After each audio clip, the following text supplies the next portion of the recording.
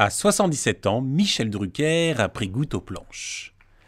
Après son premier spectacle joué 130 fois, il revient avec un second, plus personnel, Entre vous et moi.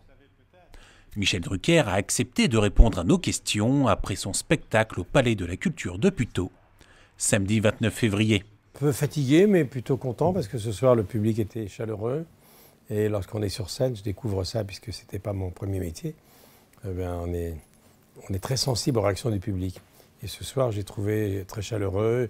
Il était ému, il était amusé, il a beaucoup ri. J'ai trouvé très attentif. Donc je me sens plutôt bien parce que tous ceux qui m'entourent et qui me suivent depuis déjà une quinzaine de villes trouvaient que c'était la meilleure des 15. Alors je suis content. Merci d'être là. Merci d'être là. Vous le savez peut-être, ceux qui ne le savent pas.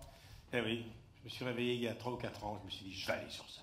Je veux savoir ce que ressentent tous ceux que je présente depuis des années. Voilà, alors j'ai voulu traverser le miroir, passer de la salle à la scène, voir ce que c'est d'être tout seul avant d'entrer en scène, comme tous ceux que je présente dans Vivement Dimanche. Bien maintenant, je sais ce que c'est. C'est un autre métier. Il n'y a pas les caméras, il n'y a pas des gens autour de moi, on est tout seul. Je ne suis pas un spécialiste du stand-up, comme tous les humoristes. Moi, ce que je fais, c'est autre chose. C'est difficile de raconter ce que je fais. Ça dure 1h40, ce qui est beaucoup.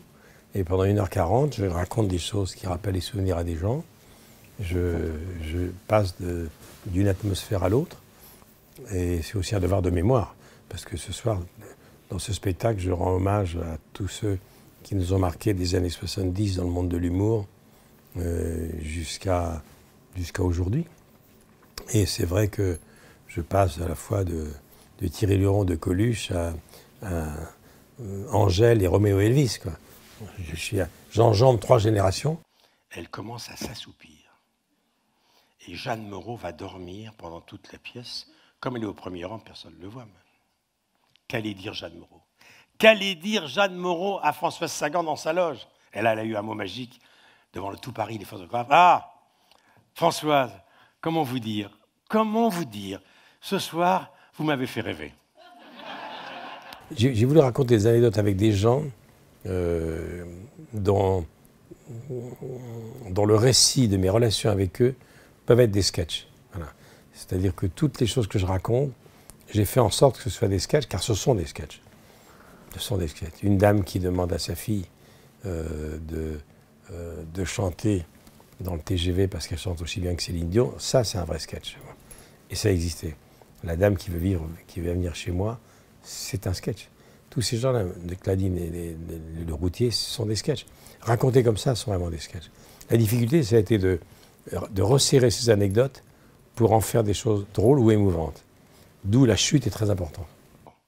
Pour M. Macron, je suis le senior actif idéal. J'ai fixé mon âge pivot, 90 ans. Oui, madame, vous m'avez dans votre salon encore pour un moment. Sauf si vous me zappez. Hein. Ben aujourd'hui, je sais que je sais faire ça et que j'ai envie de le faire longtemps parce que le contact avec le public est irremplaçable.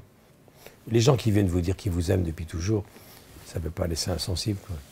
Parce que quand on fait des longues carrières, il ne faut pas se tromper. Hein. C'est qu'on a eu des gens fidèles pendant des années, à travers moi, c'est 3 générations.